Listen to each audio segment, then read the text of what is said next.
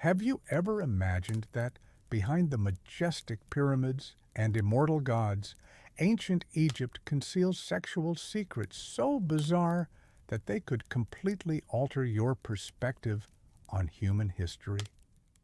Today, in the video, The Bizarre Sexual Secrets of Ancient Egypt, that will keep you glued to the screen, we will explore rituals and legends that not only shock, but also profoundly reflect the cultural essence of a great civilization, making this video exceptional through its blend of proven historical facts and dramatically narrated stories. Envision yourself sitting alone in a dimly lit room late at night, with the computer screen illuminating your face as you stumble upon an ancient document. Your heart races with curiosity, yet a vague anxiety creeps in. Could what you are about to learn shake your faith in the world you inhabit? By following this entire 40-minute video, you will not only uncover secrets buried for thousands of years, but also derive valuable lessons on how sexuality intertwines with religion, power, and survival, enabling a deeper understanding of the origins of modern societal values. And now, join me on this journey, for once it begins, you will be unable to stop until every secret is revealed. The secret of creating the universe from the act of masturbation of god Atum. Have you ever wondered whether this vast universe was born from a solitary, desire-filled act of a god, where personal pleasure became the origin of all life? Continuing our journey to uncover the secrets buried beneath the sands of time that we have just begun, let us turn to the first page of Egypt's creation myth. In ancient Egyptian mythology, the god Atum, the primordial deity, created himself from the chaotic realm of Nun. Then, through an act of masturbation, released his sacred seed to give birth to the first divine pair, Shu and Tefnut, who would go on to construct the world and humanity. A specific example from the pyramid texts and carvings at the Karnak temple depicts Atum with his hand placed on his genitals, transforming that moment into a symbol of supreme creative power, not as something obscene, but as the sacred origin of the universe. The clear lesson from this myth is that the ancient Egyptians did not view sexuality as a base instinct, but elevated it to a divine force where personal desire intertwined with the survival of their entire civilization. And if Atum's act initiated the universe, might the earthly king, the pharaoh, reenact such a ritual to protect his empire? Continue to explore the next secret along the mysterious Nile River. The royal ritual by the Nile River ensuring bountiful harvests. Have you ever considered that the fate of an entire civilization could hinge on a pharaoh's intimate act performed publicly by the river's edge, where divine potency met the practical needs of survival? Building upon the cosmic creation initiated by Atum's solitary act, which we explored in the previous segment, let us now examine how this myth manifested in the earthly duties of Egypt's rulers. In ancient Egyptian tradition, during the annual Nile inundation, a vital flood that fertilized the land, the pharaoh would enact a public masturbation ritual at the riverbank, ejaculating into the waters to symbolically invoke fertility and ensure optimal flooding levels essential for agriculture. A specific example is documented in temple inscriptions from Luxor and Karnak, as well as accounts by foreign observers like Herodotus, describing the ceremony attended by priests where the pharaoh recited sacred formulas to align his seed with Autumn's creative power, preventing famine or destructive overflows. The clear lesson from this ritual is that ancient Egyptians integrated sexuality into state religion and governance, viewing it not as personal indulgence, but as a sacred responsibility that linked royal authority to the natural cycles sustaining their society. And if such earthly reenactments secured the living world, what awaited in the realm of the dead?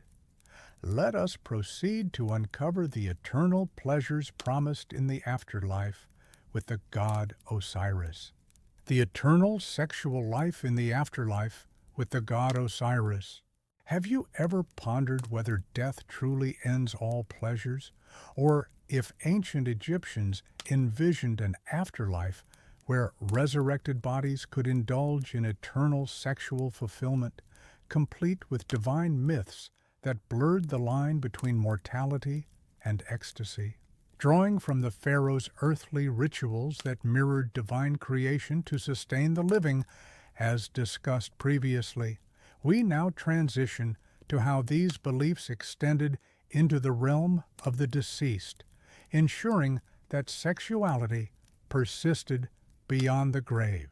In ancient Egyptian beliefs, the afterlife promised a fully functional resurrected body capable of enjoying sexual activities, rooted in the myth of Osiris, the god of the dead, who was dismembered by his brother Seth. His wife Isis reassembled him and fashioned a magical phallus to conceive their son Horus, establishing a precedent for resurrection that included restored sexual potency.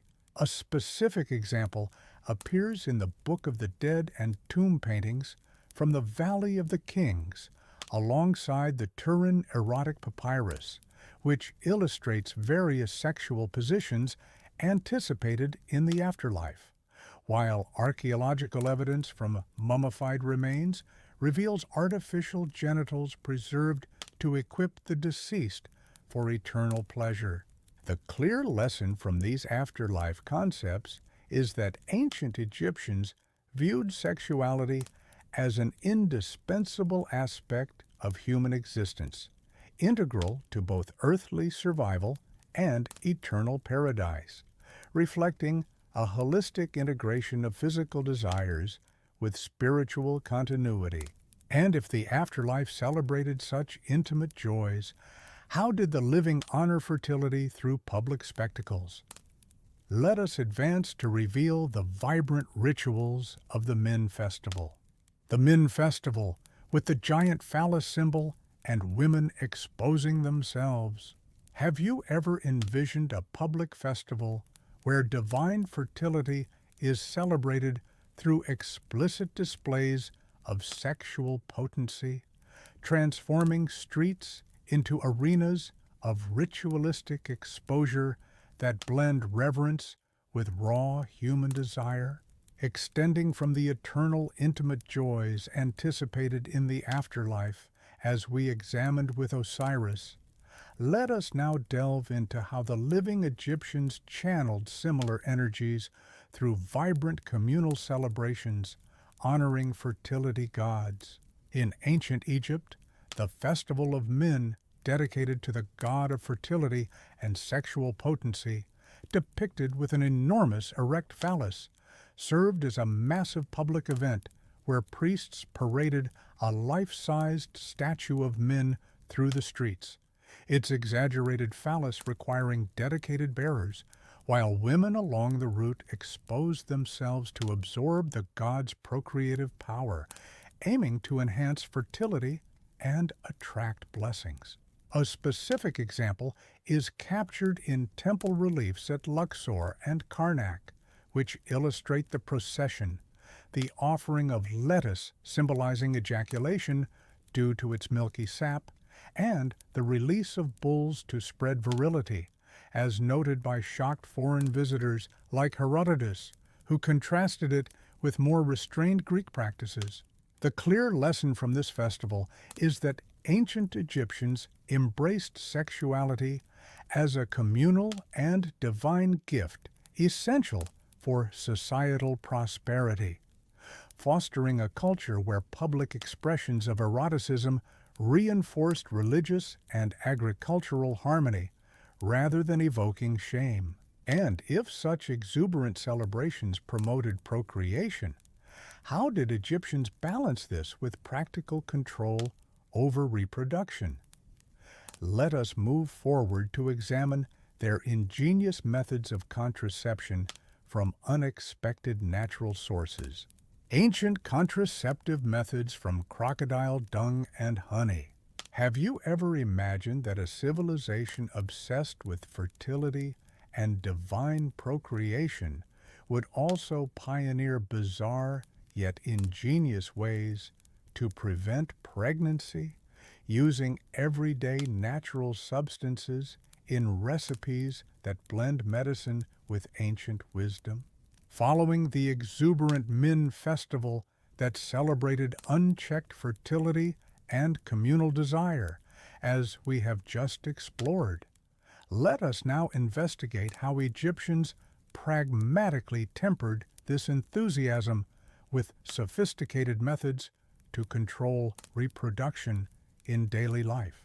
In ancient Egyptian medical practices, documented in texts like the Kahun Gynecological Papyrus and the Abers Papyrus from around 1850 BCE, women employed contraceptives such as a pessary made from crocodile dung mixed with honey and sodium carbonate, inserted vaginally to create an alkaline barrier hostile to sperm, alongside other formulations like acacia gum soaked in lint for spermicidal effects, and even plant-based mixtures for abortion when prevention failed. A specific example is the acacia gum recipe, where tips were blended with honey and dates. Modern chemical analysis confirms it produces lactic acid, akin to contemporary spermicides, while magical amulets of the god Bez complemented these physical methods, illustrating a holistic approach to family planning. The clear lesson from these contraceptive innovations is that ancient Egyptians balanced their religious veneration of fertility with practical reproductive autonomy, demonstrating an advanced understanding of biology and women's health that prioritized societal stability over unchecked population growth. And if controlling birth was essential for the common people, how did royal families maintain their divine lineage through controversial unions? Let us proceed to unravel the intricate web of royal incest following the god's example. Royal incest marriages following the example of the gods. Have you ever contemplated that the divine unions of gods could inspire earthly rulers to marry their own siblings, weaving a tangled web of bloodlines where power and purity converged in ways that defied modern taboos, yet sustained empires for millennia?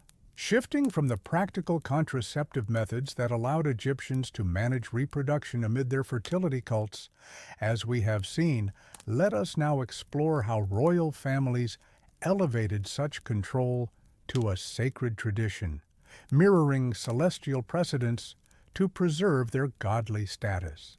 In ancient Egyptian society, pharaohs frequently married their sisters or close relatives, a practice rooted in mythology where gods like Osiris wed his sister Isis, justifying these unions as a means to maintain divine bloodlines, consolidate power within the family, and prevent external claims to the throne, particularly evident during the Ptolemaic period. A specific example is Cleopatra VII, who married her younger brothers Ptolemy III and then Ptolemy XIV, following a lineage where DNA analysis of Tutankhamun's mummy confirms his parents were siblings, leading to congenital defects like clubfoot, which were rationalized as marks of divine heritage rather than flaws. The clear lesson from these royal incestuous practices is that ancient Egyptians prioritized the sanctity of divine lineage over genetic risks, using sexuality as a tool for political stability and religious continuity, revealing a culture where familial bonds reinforced absolute authority. And if royal unions pushed the boundaries of kinship, what darker temptations lurked in the shadows of death and preservation? Let us advance to examine the eerie legends surrounding mummies and forbidden desires with the deceased. Legends of mummies and sexual temptations with the deceased. Have you ever reflected on the possibility that the sacred process of preserving the dead could harbor forbidden attractions, where the boundary between reverence for the body and illicit desire becomes perilously thin, as whispered in ancient accounts that challenge our understanding of human impulses? Progressing from the royal incestuous marriages that tested the limits of familial bonds in pursuit of divine purity, as previously discussed, let us now venture into the more shadowy aspects of Egyptian funerary practices, where death and desire unexpectedly intersect. In ancient Egyptian culture, as reported by the Greek historian Herodotus around 450 BCE, embalmers were said to delay the mummification of beautiful women for 3 days to prevent necrophilia, acknowledging the risk of sexual relations with fresh corpses. This taboo is further echoed in the Book of the Dead's Negative Confessions, which explicitly denies such acts among grave sins, while practical embalming delays for purification underscored a societal awareness of these dark temptations. A specific example is Herodotus's account in The Histories, detailing an incident where an embalmer was caught in the act and reported by a colleague, corroborated by Egyptian emphasis on bodily integrity for the afterlife, where violations were deemed sacrilegious and threatening to the deceased's eternal journey, prompting safeguards like ritual purity for priests of Anubis. The clear lesson from these legends is that ancient Egyptians confronted the full spectrum of human sexuality, including its taboo manifestations, by instituting cultural and religious mechanisms to protect the sanctity of death, thereby illustrating a pragmatic approach to managing innate desires within a framework of spiritual order. And if these funerary shadows revealed vulnerabilities in male-dominated rituals, how did women assert their agency in the broader tapestry of sexual and reproductive power? Let us continue to illuminate the pivotal roles of women in Egyptian sexual rites. The role of women in sexual rituals and reproductive power. Have you ever considered that in a society often perceived as patriarchal, ancient Egyptian women wielded significant agency through sexual rituals and reproductive authority, channeling divine feminine power to influence fertility, protection, and societal harmony? Building upon the shadowy funerary practices that exposed vulnerabilities in male-centric traditions, as examined earlier, let us now shift focus to the empowering dimensions of women's participation, revealing how they actively shaped the sexual and reproductive landscape of their civilization. In ancient Egyptian culture, women played central roles in sexual rituals, embodying goddesses like Isis and Hathor, who symbolized fertility, love, and motherhood. They participated in ceremonies such as exposing themselves during the Min festival to invoke procreative blessings, managed household contraception using papyri recipes, and wore protective amulets like those of Bes to safeguard pregnancy, thereby asserting control over reproduction and family dynamics. A specific example is the depiction in temple reliefs and papyri, where women, including priestesses of Hathor, performed dances and offerings that invoked sexual vitality, as seen in the Turin erotic papyrus illustrating female figures in intimate acts, highlighting their ritualistic empowerment rather than mere subjugation. The clear lesson from these practices is that ancient Egyptian women integrated sexuality with divine and practical authority, fostering a balanced societal structure where reproductive power extended beyond biology to encompass spiritual and communal influence, challenging modern assumptions about gender roles in antiquity. And if women's agency illuminated heterosexual and reproductive rights, what hidden narratives emerge regarding same-sex relationships through ancient tomb art? Let us proceed to uncover the subtle indications of homosexual bonds in Egyptian heritage. Hidden homosexual relationships through ancient tomb art. Have you ever speculated that beneath the surface of ancient Egyptian art, subtle depictions of same-sex intimacy might reveal a tolerant undercurrent in a society otherwise dominated by heterosexual fertility rights, challenging our assumptions about historical sexual diversity?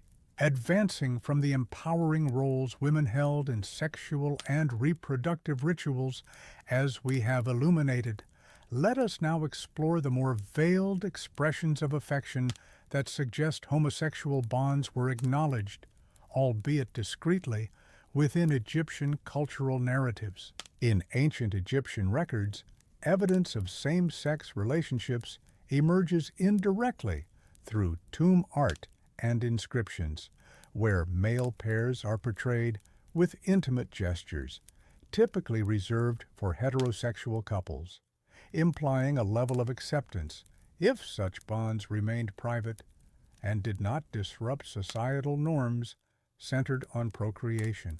A specific example is the tomb of Niankhkhnum and Khnumhotep at Saqqara, dating to the 5th dynasty around 2400 BCE, where these two manicurists to the pharaoh are depicted embracing, touching noses in a gesture akin to kissing, and holding hands, with inscriptions referring to them as joined in life and joined in death, suggesting they were life partners buried together, interpreted by some Egyptologists as the earliest known depiction of a homosexual couple.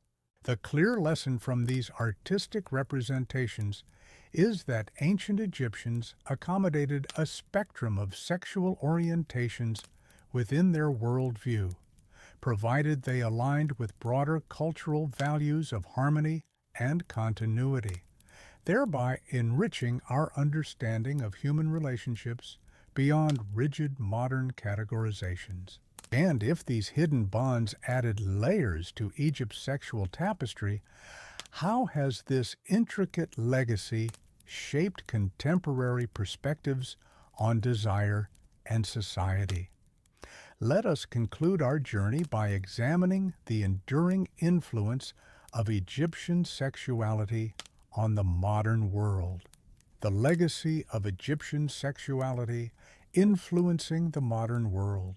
Have you ever reflected on how the intricate sexual beliefs of ancient Egypt continue to echo through contemporary culture, shaping modern interpretations of desire, mythology, and even psychological theories in ways that bridge millennia? Concluding our exploration of the subtle homosexual narratives embedded in Egyptian tomb art, as detailed in the prior section, let us now synthesize the broader enduring impact of these ancient practices on global perspectives, tracing their influence from historical scholarship to present-day society. In the legacy of ancient Egyptian sexuality, Elements such as the integration of eroticism with divinity have permeated Western esotericism, Freudian psychoanalysis, where myths like Osiris and Isis informed concepts of libido and resurrection, and even popular media, including films and literature that romanticize pharaonic rituals, while modern Egyptology continues to uncover artifacts that inform discussions on gender fluidity and reproductive rights. A specific example is the influence on Sigmund Freud's theories, who drew parallels between Egyptian myths of creation through masturbation and his ideas on primal urges in Totem and Taboo, alongside contemporary adaptations in art, such as Jean-Michel Basquiat's works incorporating Egyptian symbols of fertility, demonstrating how these ancient views persist in exploring human sexuality's psychological depths. The clear lesson from this legacy is that ancient Egyptian attitudes toward sexuality as a divine and multifaceted force provide timeless insights into the interplay of biology, culture, and power, encouraging modern societies to reconsider taboos and embrace a more holistic understanding of human intimacy. As we conclude this journey through the bizarre yet profound sexual secrets of ancient Egypt, reflect on how these revelations not only illuminate a distant past, but also invite us to question our own cultural norms. Thank you for joining this exploration, and may it inspire further curiosity into the enigmas of history.